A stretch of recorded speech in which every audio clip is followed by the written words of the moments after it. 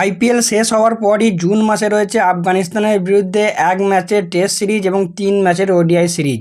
সেই সিরিজের জন্য ফাইনালি ভারতীয় দল ঘোষণা করলো বিসিসিআই। রয়েছে বেশ কিছু নতুন নাম, রয়েছে বেশ কিছু ইন্টারেস্টিং নিউজ। বাদ পড়লো ভাইস ক্যাপ্টেন আকসার প্যাটেল, জাদেজাকে রেস্ট দেওয়া হলো। অন্যদিকে তোমার ঋষভ পান্তের কাছ থেকে কিন্তু ভাইস ক্যাপ্টেন্সি ছিনিয়ে নেওয়া হলো। এছাড়াও বেশ কিছু নতুন প্লেয়ার রয়েছে, তিনটে নতুন প্লেয়ার প্রথম ভারতীয় দলে সুযোগ পাচ্ছে। সেই সব কিছু নিয়েই কথা বলবো। ভিডিওটা ইন্টারেস্টিং হবে, অবশ্যই তোমরা শেষ পর্যন্ত দেখবে। আর এরকমই ক্রিকেট রিলেটেড যে কোনো নিউজ সবার আগে জানার জন্য চ্যানেলটিকে সাবস্ক্রাইব করে নিও এবং আমাদের পাশে থাকা বেল আইকনটি দাবিয়ে রেখো। সো চলো ভিডিওটা শুরু করা যাক। তো প্রথমে আমরা দেখে নেব স্কোয়াডে কে কে রয়েছে, তারপর মেন হাইলাইট নিয়ে আলোচনা করব। প্রথমে যদি টেস্টের কথা বলি, প্রথমেই থাকছে Shubman Gill captain, Yashasvi Jaiswal, KL Rahul vice captain. Interesting ব্যাপার, সাই সুদর্শন, ঋষভ পান্ত, উইকেট কিপার দেবদূত পাডিক্কেল, নীতিশ কুমার রেড্ডি, ওয়াশিংটন সুন্দর, কুলদীপ যাদব, মোহাম্মদ সিরাজ, প্রসিদ্ধ কৃষ্ণা, মানব সুতর, গুরনুর ব্রার, হার্ষ দুবে এবং ধ্রুব জুয়েল সেকেন্ড উইকেট কিপার। এবং যদি ওডিআই এর দলটা দেখি, সেক্ষেত্রে গিল ক্যাপ্টেন থাকছে, Rohit Sharma, Virat Kohli, Shreyas Iyer vice captain, KL Rahul wicket keeper, Ishan Kishan wicket keeper, Hardik, Nitish Kumar Reddy, Washington Sundar, Kuldeep Yadav, Arshdeep Singh, Prasidh Krishna, Prince Yadav, Gurnoor Brar এবং হার্ষ দুবে। তো এই হচ্ছে আমাদের স্কোয়াড, যেখানে তিনটে নতুন নাম রয়েছে, হার্ষ দুবে, গুরনুর ব্রার এবং প্রিন্স ইয়াদব। এই তিনজন কিন্তু ভারতীয় দলে প্রথম বা মেডেন কল আপ পেয়েছে। এবার যদি কিছু হাইলাইট নিয়ে আলোচনা করি, প্রথমেই আলোচনা করবো যশস্বী জয়সওয়ালকে নিয়ে। তো জয়সওয়ালকে ওডিআই থেকে ড্রপ করা হয়েছে এবং ব্যাকআপ ওপেনার হিসেবে ঈশান কিষানকে ভারতীয় দলে নিয়ে আসা হয়েছে। এবার এখানে প্রশ্ন একটাই, ঈশান কিষানকে নিয়ে এসেছে সেটার জন্য বলছি না, অবশ্যই সে যোগ্য নিয়ে এসেছে, বাট জয়সওয়াল খারাপটা কি করেছে? যখন তুমি একটা সিরিজে খারাপ করবে তবেই না তোমাকে ড্রপ করবে। লাস্ট যে সিরিজটা ছিল সেই সিরিজে জয়সওয়াল কিন্তু একটা সেঞ্চুরি করেছে, তা সত্ত্বেও তাকে ভারতীয় দল থেকে ড্রপ করা হয়েছে বা ওডিআই সেটআপ থেকে ড্রপ করা হয়েছে এবং তার পরিবর্তে ব্যাকআপ উইকেট কিপার হিসেবে এবং ব্যাকআপ ওপেনার হিসেবে ঈশান কিষানকে নেওয়া হয়েছে। তারই সঙ্গে সঙ্গে আগে যে ব্যাকআপ উইকেট কিপার ছিল ঋষভ পান্ত, তাকেও কিন্তু ওডিআই থেকে ড্রপ করা হয়েছে। যদিও ঋষভ পান্ত খুব একটা খেলার সুযোগ পায়নি রিসেন্টলি ওডিআইতে, সেখানে তোমার কেএল রাহুল সেই উইকেট কিপিং করতো, তা সত্ত্বেও ঋষভ পান্তকে ওডিআই থেকে ড্রপ করা হয়েছে এবং ঈশান কিষানের ফর্মের জন্য তাকে ব্যাকআপ উইকেট কিপার হিসেবে বা ব্যাকআপ ওপেনার হিসেবে ভারতীয় দলে নেওয়া হয়েছে। আর দ্বিতীয় যে পয়েন্টটা যেটা বললাম, ঋষভ পান্তকে ওডিআই থেকে ড্রপ করা হয়েছে, এটা প্রথম পয়েন্ট। আর দ্বিতীয় যেটা বড় পয়েন্ট সব থেকে, সেটা হলো তোমার টেস্টের ভাইস ক্যাপ্টেন্সি থেকে সরিয়ে দেওয়া হলো কিন্তু ঋষভ পান্তকে। আমি বলবো এটা খুবই খারাপ হয়েছে, কারণ লাস্ট 3-4 বছর যদি দেখো, ভারতীয় টেস্টে সবথেকে ভালো পারফরমেন্স যে ব্যাটসম্যান করেছে সেটা হচ্ছে ঋষভ পান্ত, বা কন্টিনিউয়াসলি ভালো পারফরমেন্স করেছে ঋষভ পান্ত। অ্যাটলিস্ট কেএল রাহুলের থেকে ভালো পারফরমেন্স করেছে, বা যদি এভারেজ দেখো কেএল রাহুলের থেকেও তার রেকর্ড ভালো। তা সত্ত্বেও কেএল রাহুলকে ভাইস ক্যাপ্টেন্সি করে দেওয়া হয়েছে এবং ঋষভ পান্তকে কিন্তু ভাইস ক্যাপ্টেন্সি থেকে সরিয়ে দেওয়া হয়েছে। এখান থেকে একটা জিনিস বুঝতে পারি বা আন্দাজ করতে পারি, ভবিষ্যতে ভারতীয় টিম পুরোপুরি কিন্তু ঋষভ পান্ত থেকে সরে যেতে পারে, যেটা যদি করে থাকে, বিশেষ করে টেস্টে যদি করে থাকে, অবশ্যই খুবই খারাপ করা হবে। নেক্সট কথা বলো প্রিন্স ইয়াদব, ওডিআইয়ের জন্য নতুন সুযোগ পেয়েছে, এটা পাওয়ারই ছিল এবং পেয়েছে, খুবই খুশি। আই থিঙ্ক সে ভারতীয় দলে ডেবিউ করতে পারে, যদিও প্লেইং 11 নিয়ে পরে কথা বলবো। তার যে আরপিএলের পারফরমেন্স শোনা যাচ্ছিল যে সে সুযোগ পাবে এবং সুযোগ পেয়েছে। তার সঙ্গে হার্ষ দুবে, এই প্লেয়ারটাও খুবই বলবো সুযোগ পাওয়ার মতো একটা প্লেয়ার, মেবি ভবিষ্যতে লং টার্মস একটা প্লেয়ার হতে পারে, সেও সুযোগ পেয়েছে, খুব ভালো লাগলো।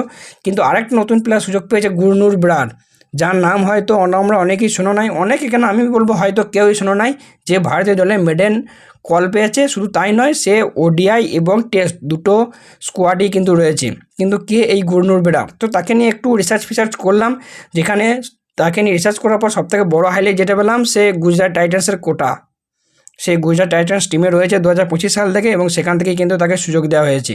এবার তাকে নিয়ে একটু রিসার্চ করে যেটা জানতে পারলাম যে হঠাৎ কেন তাকে নেওয়া হলো, সে কি ডোমেস্টিকে ভালো পারফরমেন্স করেছে। এবার তো সেরকম কোনো নাম কোনো দিন আমি শুনি নাই যে এত খেয়াল রাখি।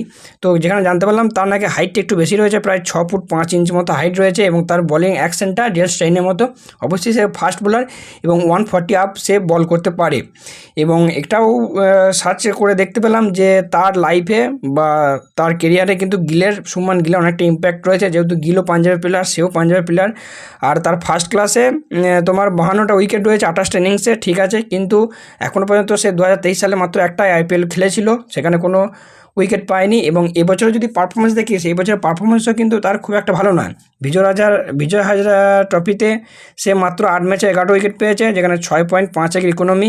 এবং সাইদ মুস্তাক আলী ট্রফি 2025-এ সে 6 ম্যাচে 10টা উইকেট পেয়েছে এবং 9.97 ইকোনমি। এবং রঞ্জিতে মাত্র 2টো ইনিংসই খেলেছে এবার 2025-26 রঞ্জিতে, এবং 4টে উইকেট রয়েছে তার যেখানে। তো ওভারঅল যদি দেখি 2025-26-এ সে কিন্তু খুব একটা বেশি কিছু ম্যাচ খেলেছে তাও নয়।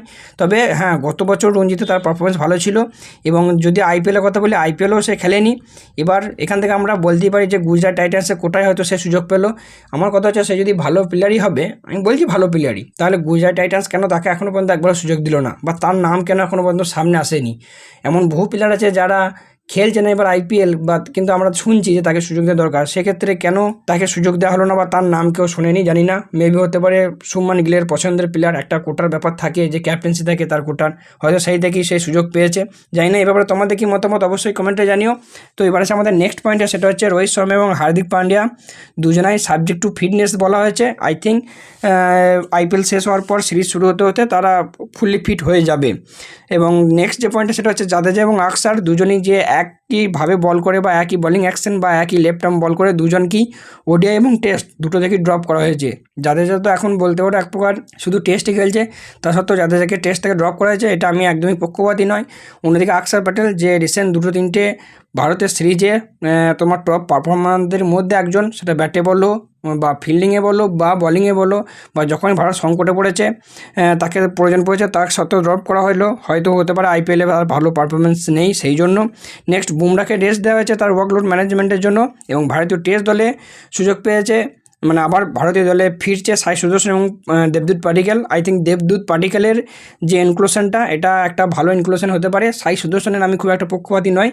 আর যদি দেবদূত পাডিক্কেল যে টেস্টে খেলে, আমি খুবই খুশি হব পার্সোনালি। বাকি দেখা যাক। এবং আরেকটা প্লেয়ার যাকে নিয়ে খুব চর্চা হচ্ছিল যে ভারতীয় দলে এবার সে সুযোগ পাবি, কিন্তু পেল না, কেন জানি না।